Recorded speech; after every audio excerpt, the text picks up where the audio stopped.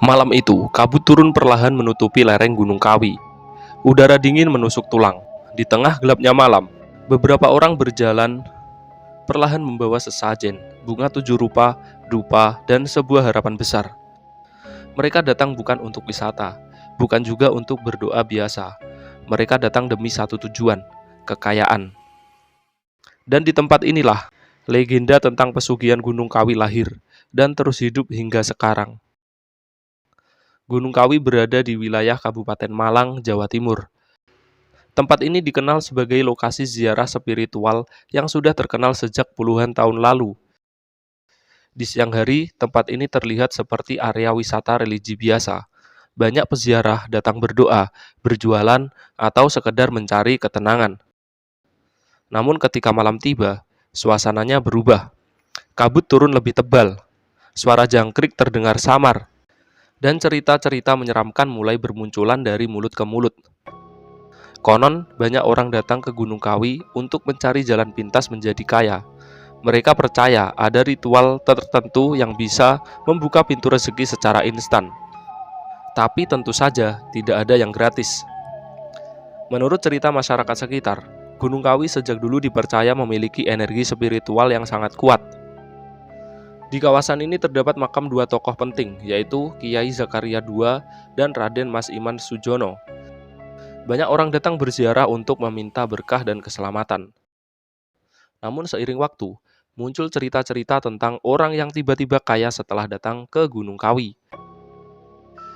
Ada yang usahanya mendadak laris, ada yang menang proyek besar, ada juga yang mendadak punya banyak uang tanpa diketahui asalnya.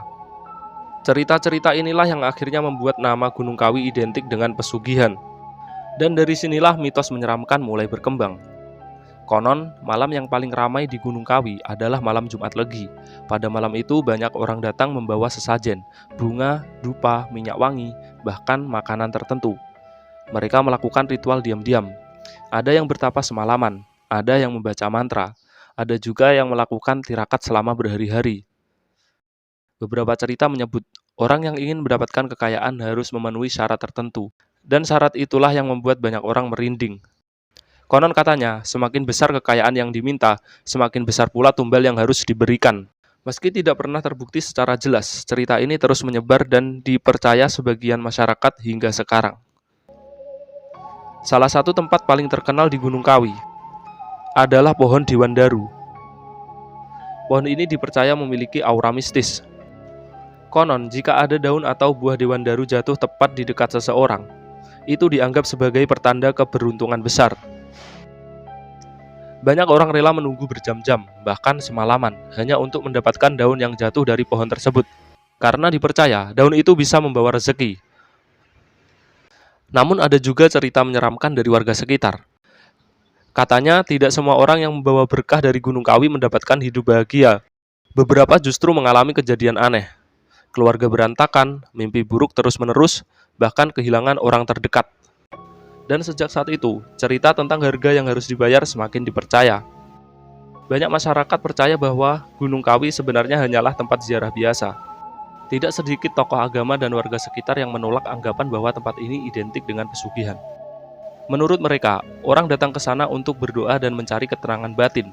Namun karena cerita mistis berkembang terlalu luas, akhirnya citra Gunung Kawi berubah di mata banyak orang. Dan sampai sekarang, legenda pesugihan Gunung Kawi tetap menjadi salah satu kisah paling terkenal di Indonesia. Antara percaya atau tidak, kisah ini terus hidup. Karena manusia selalu punya satu kelemahan yang sama, keinginan untuk mendapatkan kekayaan dengan cara instan. Hingga hari ini, Gunung Kawi masih ramai didatangi peziarah dari berbagai daerah. Sebagian datang untuk berdoa, sebagian mencari ketenangan, dan sebagian lagi datang membawa harapan untuk mengubah nasib. Tapi satu hal yang selalu menjadi pertanyaan, kalau memang kekayaan bisa didapat dengan cara mudah, kenapa banyak cerita berakhir tragis? Apakah pesugihan benar-benar ada? Atau semua itu hanyalah mitos yang terus dibesar-besarkan oleh cerita dari mulut ke mulut? Tulis pendapat kalian di kolom komentar. Dan kalau kalian suka cerita misteri seperti ini, jangan lupa subscribe karena masih banyak kisah horor dan legenda menyeramkan lainnya yang akan kita bahas berikutnya.